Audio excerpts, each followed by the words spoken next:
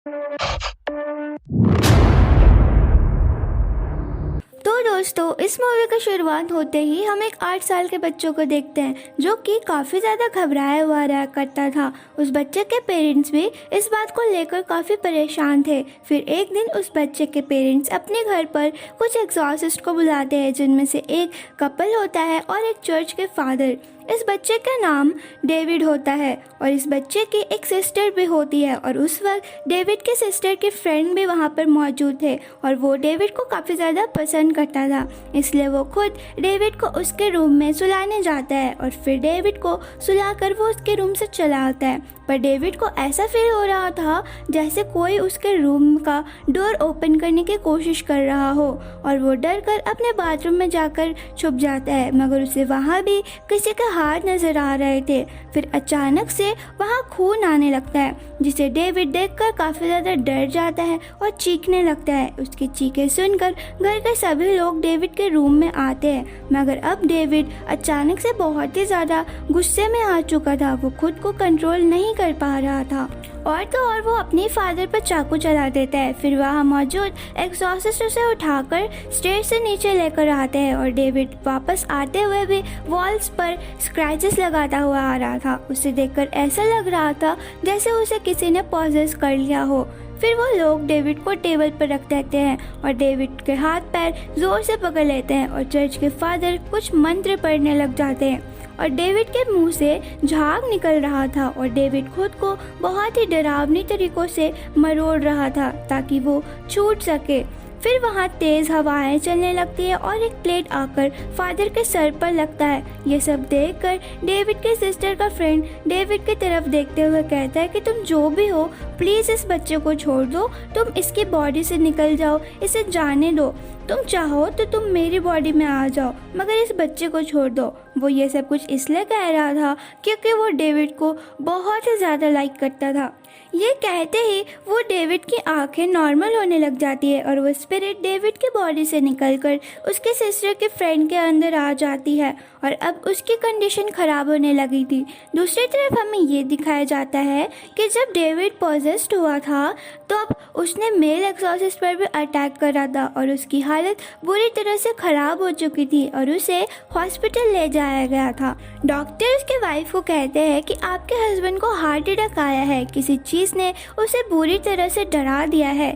फिर वो सब मिलकर उसके लिए प्रे करते हैं। इधर डेविड के सिस्टर का फ्रेंड तो बिल्कुल नॉर्मल था, वो तो अपनी फ्रेंड के साथ काम करने गया था, मगर जब वो काम के बाद अपने घर वापस आता है तो उसे दीवार पर एक होल नज़र आता है। तो वो उसके अंदर देखता है तो उसे एक स्पिरिट नज़र आती है जो उसे पकड़ने की कोशिश कर रही थी, मगर वो खुद को बचा लेता है। मगर असल में तो वो पूरी तरह से स्पिरिट के कब्जे में आ चुका था और वो अब स्पिरिट तो उसे पूरी तरह से कंट्रोल करना चाहती थी।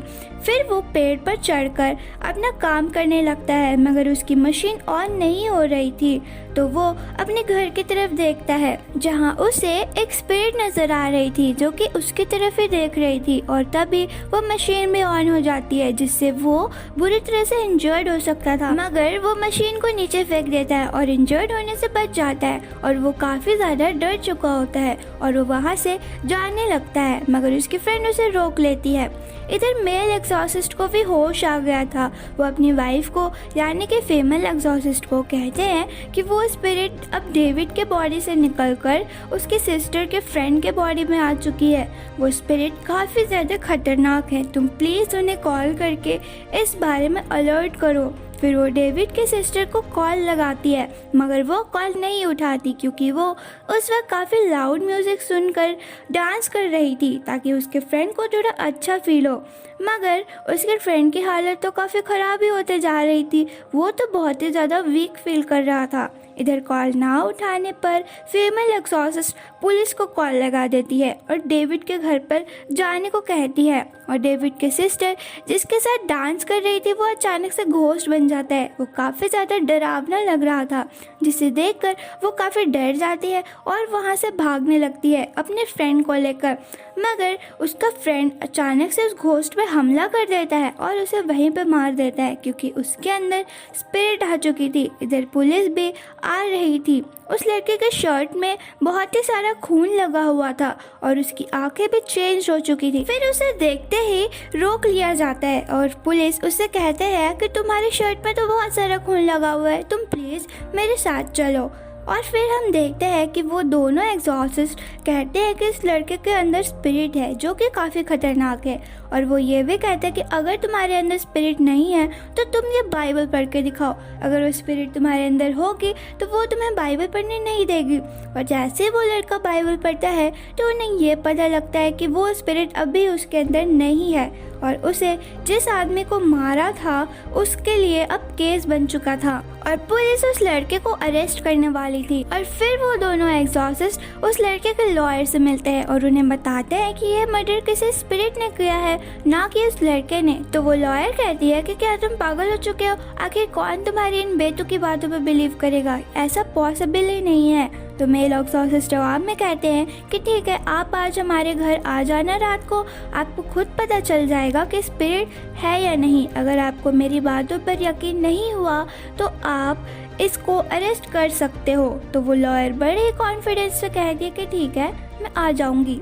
फिर हमें कोर्ट का सीन दिखाया जाता है जहां वो लॉयर अपसेट थे क्योंकि उन्हें भी पता चल गया था कि ये मर्डर किसी स्पिरिट ने किया है, और वो ये सारी बात जज को भी बताते हैं, मगर जज उनकी बातों पर बिलीव नहीं करते और उस लड़के को हमेशा जेल में रहने की सज़ा सुना देते हैं। ये बात लॉयर उन एग्जॉर्सिस्ट को भी बताती है, जिसे सुनकर वो कहते कि हम ऐसा बिल्कुल भी नहीं होने देंगे, हम उस लड़के को बेगुनाह साबित करके रहेंगे। और फिर वो दोनों खुद इस केस की इन्वेस्टिगेशन करने लग जाते हैं। वो लोग उस दिन की रिकॉर्डिंग सुनते हैं जब यह मर्डर हुआ था। फिर वो लोग उस जगह पर जाते हैं जहां डेविड पहली बार डरा था। वहाँ एक वाटर बेड भी था जिस पर चढ़कर डेविड खेल रहा था और अचानक से उस बेड के अंदर से एक हाथ निकल कर आता है और वो डेविड को खींच लेता है। वहाँ की ज़मीन भी खराब हो चुकी थी। वो एग्जॉर्सिस्ट डेविड की मदर को बताती है कि इन सब के पीछे किसी स्पिरिट का हाथ है। फिर वो लोग उस घर के बेसमेंट में जाते हैं जहाँ उसकी बहन अंदर जाकर देखती है कि वहाँ ढेर सारे रैट्स हैं। फिर वो फीमेल एग्जॉर्सिस्ट उसके अंदर जाकर देखती है कि वहाँ एक स्कल है। वो उसके फोटो ले लेती है और चर्च के फादर और सभी लोगों को दिखाते हैं। तो सभी लोग कहते हैं कि मैंने तो आज तक ऐसा स्कल नहीं देखा, और वो फादर भी कहते हैं कि मैंने भी आज तक ऐसा स्कल कभी नहीं देखा। तुम ये तस्वीर किसी सीनियर फादर को दिखाओ, शायद उन्हें इस बारे में कुछ पता हो। फिर वो एक सीनियर फादर के पास जाते हैं और इस स्कल की तस्वीर दिखाते हैं। तो वो फादर कहते हैं कि मैं ऐसा स्कल तो देखा हूँ, पर वो ऐसा नहीं, थोड़ा अलग है। फिर वो फादर उन्हें अपनी कलेक्शन दिखाते हैं। फिर हमें एक लेडी को दिखाया जाता है जो कि ब्लैक मैजिक कर रही थी। उसके पास अजीब से टेबल थे जिस पे ब्लैक कैंडल्स रखे हुए थे, और वो लेडी के पास उस लड़के की तस्वीर भी थी। दरअसल वो लड़के पर ब्लैक मैजिक कर रही थी, जिससे इस लड़के को हर वक्त ऐसा लगता था जैसे कोई उसके पीछे खड़ा हो, जैसे कोई उसे देख रहा हो, और इस वजह से वो काफ़ी ज़्यादा डरा और घबराया हुआ रहा करता था। फिर वो लोग एक डिटेक्टिव के पास जाते हैं और वो उसे भी वो स्कल दिखाते हैं, जिसे देखकर डिटेक्टिव कहता है कि मैंने पहले भी ऐसा स्कल देखा है। तो फीमेल एक्सॉर्सिस्ट कहती है कि मगर इस बार इसके पीछे एक स्पिरिट का हाथ है। तो वो डिटेक्टिव कहता है कि प्लीज़ मेरे साथ मजाक मत करो। वो फीमेल एक्सॉर्सिस्ट अपने साथ वो चाकू भी लेकर आई थी जिससे मर्डर हुआ था। फिर वो लोग वहाँ से चले जाते हैं और रास्ते में वो डिटेक्टिव बताते हैं कि मैं जिस केस के बारे में बता रहा हूँ उसमें 2 लड़कियाँ थी जो कि दोनों ही मारी गई, मगर उनमें से एक की डेड बॉडी मिली। फिर वो लोग उसी जगह पर जाते हैं जहाँ ये फीमेल एक्सॉर्सिस्ट उन दोनों लड़कियों को देखती है जो कि मारी जा चुकी थी। वो दोनों लड़कियां दोस्त थी, मगर एक लड़की ने दूसरी लड़की को मार दिया था क्योंकि उसके अंदर स्पिरिट आ चुकी थी। एक्सॉर्सिस्ट बिल्कुल उसी लड़की की तरह बिहेव कर रही थी ताकि वो पूरी सिचुएशन को समझ सके, और वो अचानक से तेजी से दौड़ने लग जाती है और एक किनारे पर जाकर रुकती है जिसके नीचे पानी ही पानी था। वो पीछे मुड़ती है और अचानक से कोई स्पिरिट उसके पैर को नीचे खींचने लग जाती है, पर एक्सॉर्सिस्ट के हस्बैंड वहाँ पर आकर उसे बचा लेते हैं और वो बताती है कि इस दूसरी लड़की की डेड बॉडी इस पानी के अंदर है। फिर उस लड़की के बॉडी को उस पानी से बाहर निकाल लिया जाता है, और ये फीमेल एक्सॉर्सिस्ट तो काफ़ी ज़्यादा टैलेंटेड थी। यह केस भी उनकी ही वजह से सॉल्व हुआ था। फिर वो दोनों उसी हॉस्पिटल में जाते हैं जहाँ उसकी डेड बॉडी को रखा गया था। एग्जॉर्सिस्ट डेड बॉडी का हाथ पकड़कर यह जानने की कोशिश करती है कि आखिर ये सब कुछ कैसे हुआ, और उसे एक केव नज़र आती है जिसके अंदर वो जाने लगती है और उसे सारे ब्लैक मैजिक का सेटअप दिखाई देता है जो कि उस लड़के पर भी किया जा रहा था। वो उस लेडी का फेस भी देख लेती है और पूछती है कि आखिर तुम ये सब कुछ क्यों कर रही हो, मगर इससे पहले कि वो लेडी कोई भी जवाब लेती, रियल वर्ल्ड में एक डेड बॉडी फीमेल एग्जॉर्सिस्ट पर अटैक करने आ रही होती है, मगर उनके हस्बैंड उन्हें बचा लेते हैं और कहते हैं कि प्लीज़ तुम इसका हाथ छोड़ दो।